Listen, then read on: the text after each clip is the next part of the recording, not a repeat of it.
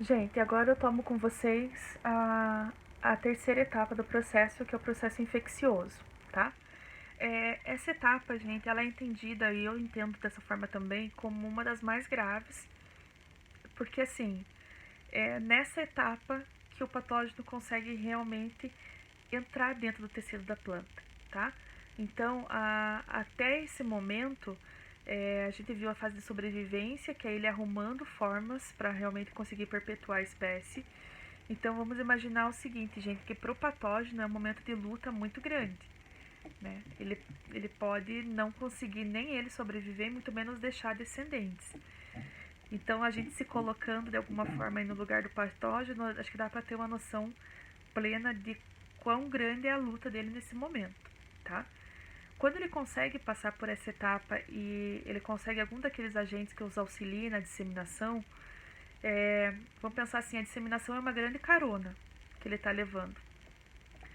Que ele pode estar indo sozinho ou ele pode estar indo agrupado. Então ele pode ser um Uber que você está pegando sozinho, ou ele pode ser um ônibus, uma van, um transporte público que você está pegando com um volume maior de indivíduos e que esses indivíduos todos vão ser levados para a planta. Mas o que interessa saber, gente, é que cada um dos esporos é capaz de iniciar a infecção numa planta. É lógico que se essa planta for infectada por vários esporos, tanto ao mesmo tempo quanto assincronicamente, ela vai ficar doente e a doença vai ser mais agressiva. Ao passo que se o patógeno entrar por um esporo, esse processo vai ser mais lento, mais tardio, mais retardado, tá? Mas a doença vai acontecer da mesma forma se a planta não tiver nenhum subterfúgio de conseguir se defender, que é o que a gente viu na aula passada sobre mecanismos de defesa pré-formado ou pós-formados, tá? Então, o processo de infecção, eu vou colocar aqui o slide mais pertinho para vocês verem. Aqui fala assim, ó, processo que se inicia da pré-penetração e termina no estabelecimento de relações parasitárias estáveis. Então, é desde o momento em que ele está no tecido da planta, e vejam o fundo de tela que eu estou usando aqui para vocês, onde ele consegue se inserir no tecido, e aí ele vai iniciar a fase de penetração e vai adentrar o tecido propriamente dito, tá? Então, essa etapa chamada de pré-penetração, gente, ela acontece a partir da germinação do esporo até a penetração da hifo efectiva. Então, assim, ó, imagine que o esporo está aqui na superfície da planta, tá? E ele vai precisar de condições ambientais para que ele consiga se desenvolver.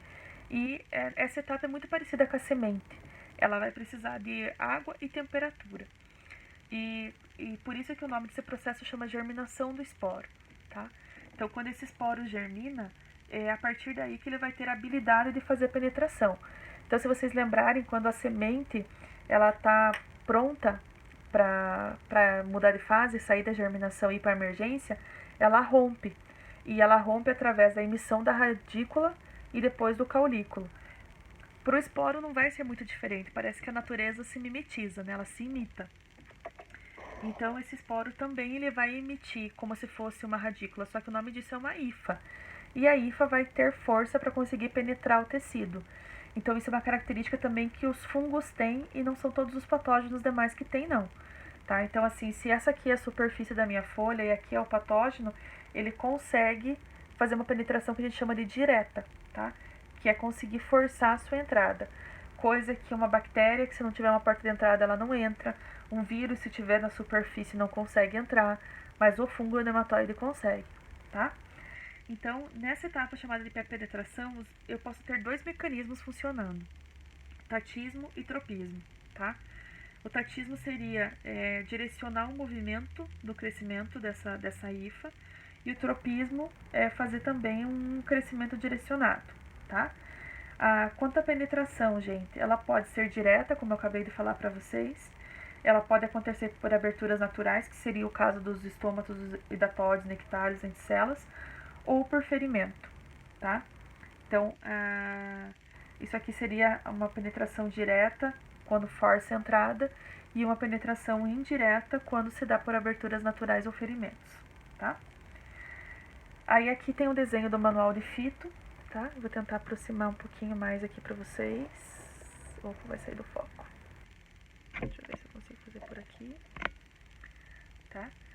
Então aqui é um desenho demonstrando para vocês a diferença sobre a penetração direta, aberturas naturais e por ferimentos, que são as 3 formas do patógeno conseguir penetrar na planta, tá? Aqui o desenho está simbolizando para fungos, porque para vírus e bactérias o processo é diferente, para nematóide também, tá? Então aqui ele está simbolizando a germinação do esporo e as hifas fazendo uma ação que a gente chama de PEG de penetração, tá? Então ele pode já crescer com movimento direcionado, ou ele vai crescendo na superfície do tecido da planta, tá? Isso vai mudar o tipo de lesão, por isso que a gente teve aquela aula de sintomatologia já, tá? E aí vai mudar também a forma com qual ele vai colonizar os tecidos, que é a próxima etapa, tá?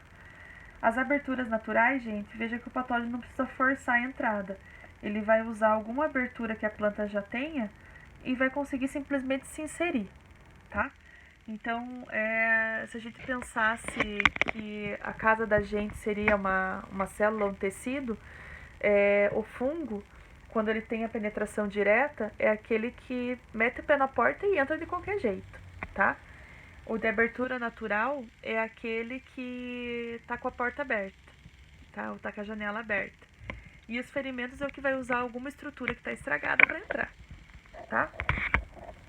Então aqui tá bem clara a demonstração das 3 possibilidades de penetração, tá? E aqui também do manual de fito, tá?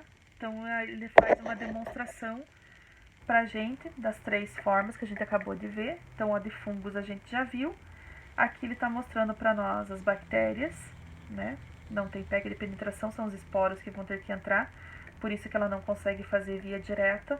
Ela vai ter que usar de abertura natural ou de ferimento. A questão dos vírus só acontece via ferimento, e o ferimento é causado pelo agente disseminador da doença, que vai ser um inseto, tá? E o nematóide, que pode ser por via direta ou por ferimento, mas não é por abertura natural, tá bem?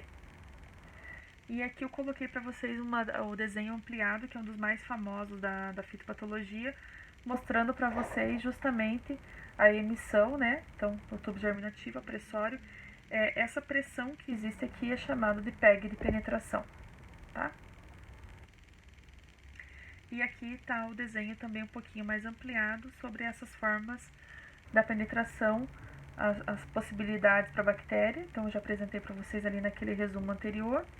E aqui está os nematóides, né? Depois a gente vai estudar os nematóides e vai ver os hábitos alimentares deles, tá? Mas vocês vão ver que o nematóide, para ser chamado de nematóide de fitopatogênico, ele vai ter uma estrutura aqui na ponta que parece uma agulha, tá? Que é por onde ele consegue tanto se inserir, quer dizer, grudar no tecido da planta, quanto succionar o seu conteúdo para dentro dele, tá? E os nematóides que não apresentarem essa estrutura chamada de estilete são chamados de nematóides de vida livre, e esses não causam prejuízo nenhum para a planta. Beleza? Próxima parte, colonização.